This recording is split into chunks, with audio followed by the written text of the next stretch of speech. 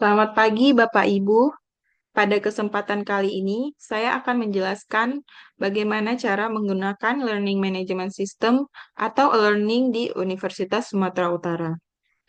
Learning Management System atau sistem manajemen pembelajaran memiliki peran penting bagi kita dosen dan mahasiswa untuk mengelola, merencanakan, melaksanakan, dan melacak pembelajaran untuk mencapai tujuan pembelajaran yang diharapkan. Jadi, dengan menggunakan e-learning, sentralisasi materi, tugas, kuis, ujian, dan sumber daya lain dapat mudah diakses bagi mahasiswa dan dosen. Selain itu, pengelolaan tugas dan pemberian nilai serta penyimpanan hasil evaluasi dapat dilakukan secara otomasi sehingga tercipta efisiensi administrasi. Halaman kelas dapat diakses pada alamat kelas.usu.ac.id. Kita enter, lalu kita bisa klik login dengan menggunakan akun SSO kita, maka muncul tampilan dashboard sebagai berikut. Adapun menu-menu yang ada di e-learning, yang pertama itu pada logo USU kita akan menuju dashboard, di mana dalam dashboard tersebut menampilkan resume singkat terkait mata kuliah apa saja yang kita ampuh. Nah, seperti tampilan e-learning saya, ada satu mata kuliah yang saya ampuh. Kemudian ada menu bahasa. Saat menggunakan e-learning, kita bisa memilih bahasa Indonesia, bahasa Inggris, atau bahasa Cina. Kemudian ada menu Find Courses, di mana Find Courses itu untuk mencari kelas berdasarkan fakultas di Universitas Sumatera Utara. Kemudian ada menu Fakulti, di mana menu untuk menampilkan seluruh fakultas prodi yang ada di USU serta mata kuliah apa yang sedang berjalan di dalamnya. Misalnya kita mau melihat mata kuliah apa yang sedang berjalan di program studi agribisnis, maka kita klik agriculture, lalu kita klik S1 agribisnis. Nanti kita bisa melihat mata kuliah yang berjalan berdasarkan tahun ajaran. Misalnya di tahun ajaran 2024-2025, maka akan muncul mata kuliah apa saja yang sedang berjalan.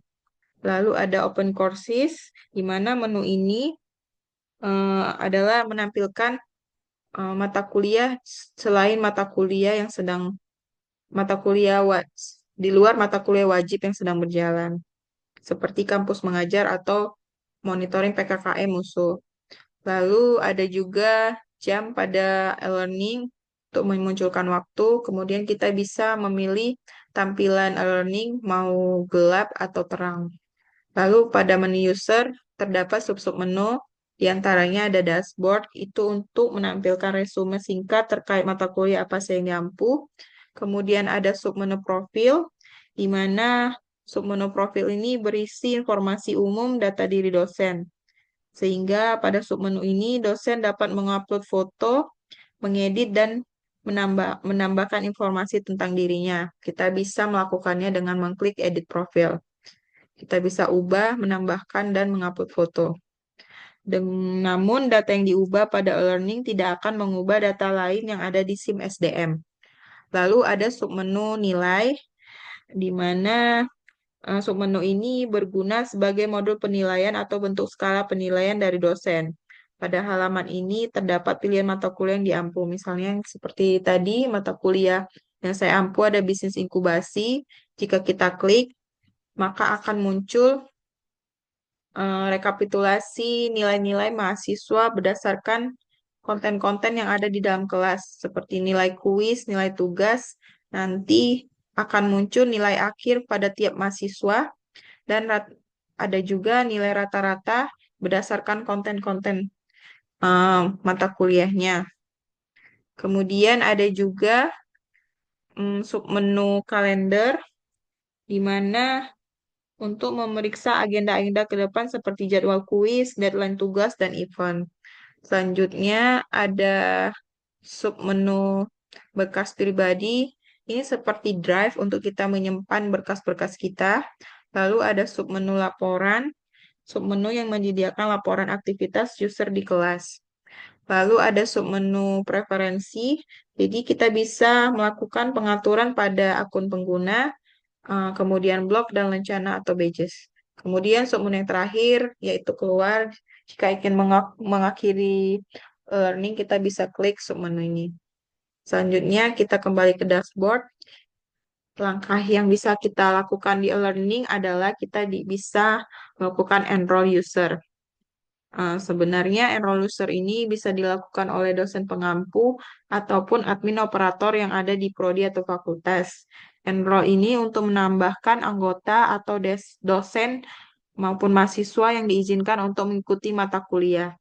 Caranya kita pilih dulu mata kuliah yang mau kita lakukan enroll, kita klik, lalu kita klik peserta, klik daftarkan pengguna, lalu kita pilih pengguna, kita ketikkan nama dosen atau mahasiswa, lalu kita tetapkan perannya apakah dia siswa atau dosen, lalu kita klik daftarkan pengguna.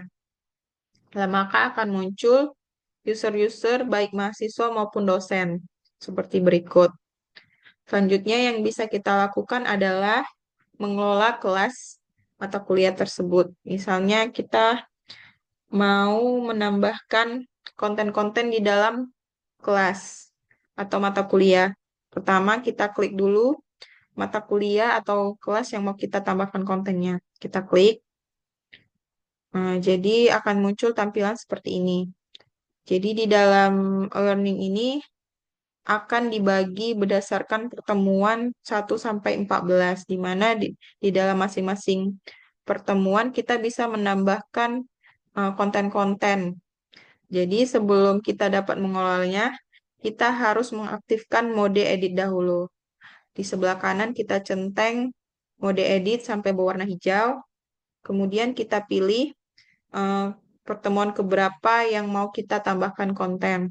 Misalnya saya mau ke pertemuan ke-12 sesuai jadwal saya. Misalnya saya pada pertemuan 12 kita klik logo pensil, kita pilih judul pertemuan kita, pertemuan ke-12 tentang negosiasi.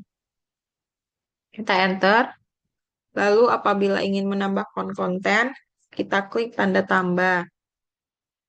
Maka ada begitu banyak fitur-fitur atau konten yang bisa ditambahkan dalam kelas kita. Jadi kalau ingin Bapak Ibu mengetahui fungsi-fungsi dari fitur-fitur ini, kita bisa klik logo I atau information. Maka akan muncul fungsi-fungsinya. Misalnya saya mau menambahkan modul pada pertemuan ke-12. Saya bisa mengklik berkas, lalu kita buat judul modulnya, modul 12, negosiasi. Deskripsinya Bapak Ibu ini bisa dipilih mau dibuat atau enggak. Misalnya saya mau membuat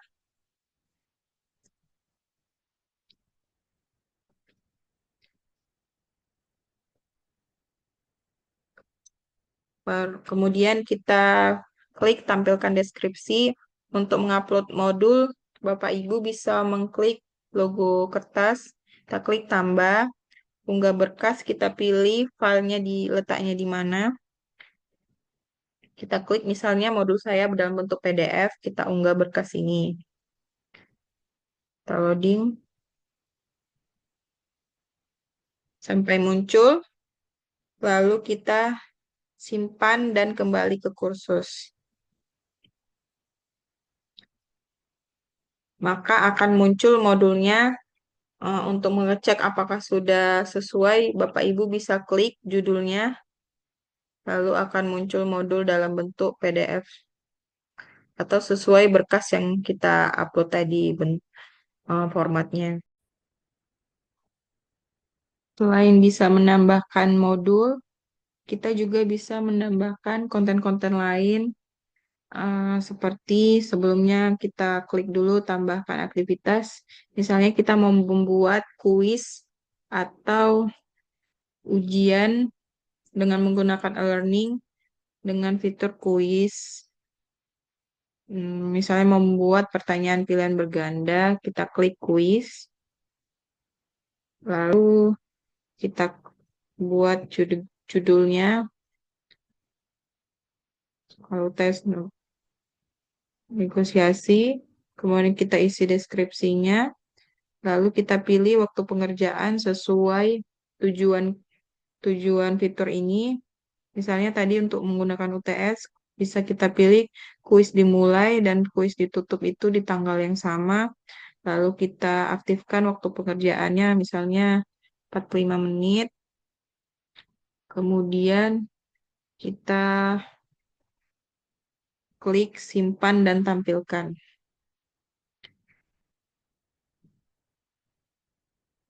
Lalu kita lanjutkan.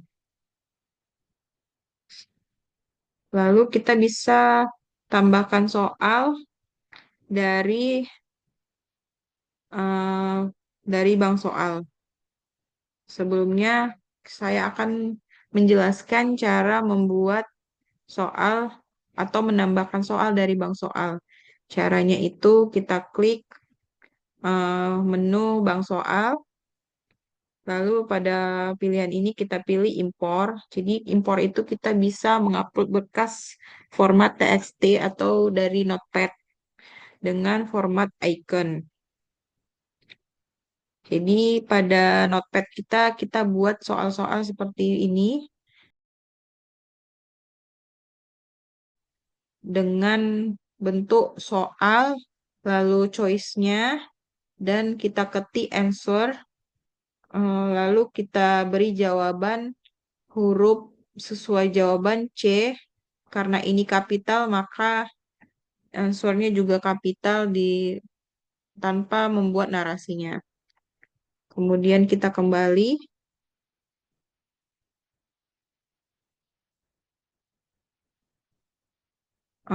Formatnya icon ini kita juga bisa information-nya kita baca. Lalu kita pilih berkas soal yang tadi. Lalu kita unggah berkas ini. Kita impor. Maka muncul dan berhasil, terus kita klik lanjutkan. Maka soal-soal tadi telah terdaftar di bank soal. Kemudian untuk mempermudah pemasukan soal-soal tadi di dalam fitur kuis, kita kasih tag pada kuis kita. Kita kasih tag pada soal-soal yang tadi barusan kita buat maksudnya. Misalnya seperti ini, kita cari soalnya. Nih, soal saya, kita klik edit, kita kelola tag. Misalnya tadi karena itu pertemuan ke-12, saya beri label P12. Lalu simpan perubahan. Setelah berhasil, kita kembali lagi ke pertemuan 12 tadi, kita klik menu ini, kita klik lagi kuisnya untuk kita edit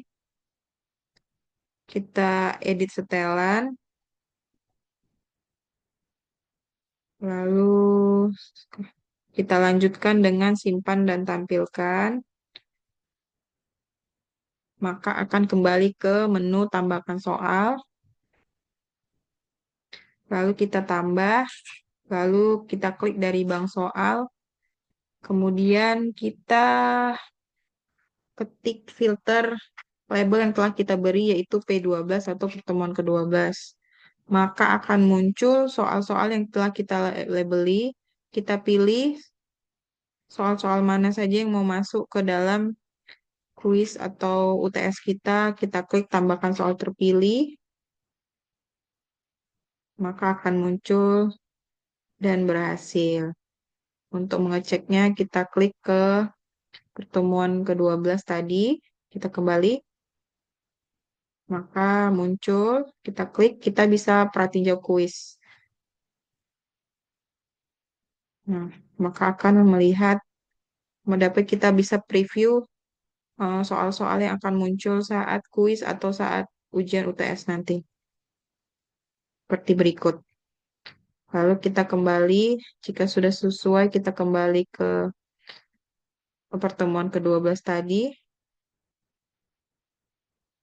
Apabila Bapak Ibu ingin menambahkan konten-konten yang lain, dapat mengklik uh, klik logo tambahkan dan menambahkan fitur-fitur sebagai berikut. Sekian penjelasan tutorial penggunaan Learning kelas USU. Semoga dapat bermanfaat bagi kita semua. Apabila Bapak Ibu ingin bertanya lebih lanjut, dapat menghubungi saya. Demikianlah saya ucapkan terima kasih.